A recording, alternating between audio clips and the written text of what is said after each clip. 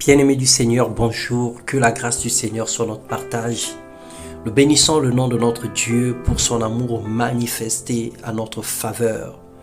Gloire à Dieu, gloire à tous les saints, puissance et honneur au Saint-Esprit pour la visitation divine et la transformation spirituelle de nos vies. Que le nom de Jésus-Christ soit glorifié au siècle des siècles. Amen. Bien-aimés dans le Seigneur, ce matin, nous allons partager la parole de Dieu sous le thème « Les états d'âme » qui sont des sources de plusieurs conflits autour de nous, dans nos vies, dans nos maisons, dans nos églises. Bienvenue dans notre partage quotidien, une fois de plus encore. Je voulais rappeler que nous partageons la parole de Dieu, nous partageons la pensée de Jésus-Christ, nous partageons la pensée de la Bible. Il ne s'agit pas d'une église, il ne s'agit pas d'une religion, il ne s'agit pas d'une confession religieuse, il ne s'agit pas de quoi que ce soit que de la parole de Dieu.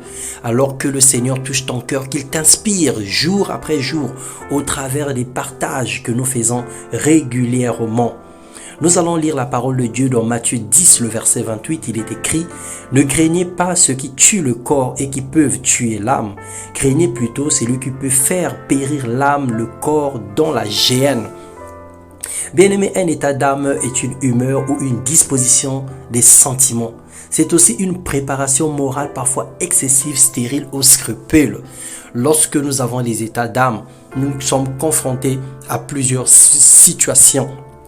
Nous avons les susceptibilités, nous avons des imaginations, nous prenons tout sur notre compte et nous regardons de travers ce qui se passe autour de nous. Un petit regard d'un voisin, on le transforme comme une accusation, comme une provocation. Un petit mot d'un collègue, on le prend au premier degré et on le considère comme une insulte, alors que quelquefois c'était une simple blague, un simple moment de rire, mais tellement que nous avons des états d'âme, des susceptibilités, nous prenons les choses comme si c'était la situation la plus dramatique, la plus difficile à supporter. Et bien aimé, lorsque nous faisons le constat, les états d'âme viennent souvent de notre enfance, de la façon dont nous avons grandi, de la façon dont nous avons vécu, des personnes qui nous ont élevés, des expériences que nous avons connues dans le passé. Et nous faisons subir nos conjoints, nos conjointes, nous faisons subir nos collègues, nous faisons subir les personnes autour de nous parce que nous exigeons tellement d'eux l'amour, nous exigeons d'eux des sentiments qu'ils ne peuvent combler. Nous demandons plus que ce que les autres peuvent nous apporter. Cette disposition suit même notre marche chrétienne. Elle influence notre destinée et nous crée des problèmes et des difficultés d'ordre moral et spirituel. Lorsque le Saint-Esprit vient dans la vie d'un enfant de Dieu, ou lorsque nous donnons notre vie au Seigneur Jésus-Christ, le premier travail qu'il fait, c'est la transformation de notre esprit pour nous amener à être un avec Jésus-Christ. Selon Romains 12, le verset 2. Le Seigneur souhaite la prospérité de notre âme pour revêtir les sentiments de Jésus-Christ, comme il est écrit dans 3 Jean 3, 2. Que le souhait de Dieu est que nous puissions prospérer à tous égards en ayant une parfaite santé comme prospère l'état de nos âmes. Le Saint-Esprit nous incite à avoir les mêmes sentiments, les mêmes humeurs, les mêmes états d'âme entre nous croyants. Selon Acte 4, le verset 32, ceux qui ont cru, ils étaient tous un. Ils marchaient dans le même amour, ils avaient les mêmes sentiments. Ils comprenaient les choses de la même façon. Mais c'est le Saint-Esprit qui produit cela à l'intérieur de nous. Parce que le Seigneur a répandu son amour dans nos cœurs par le Saint-Esprit.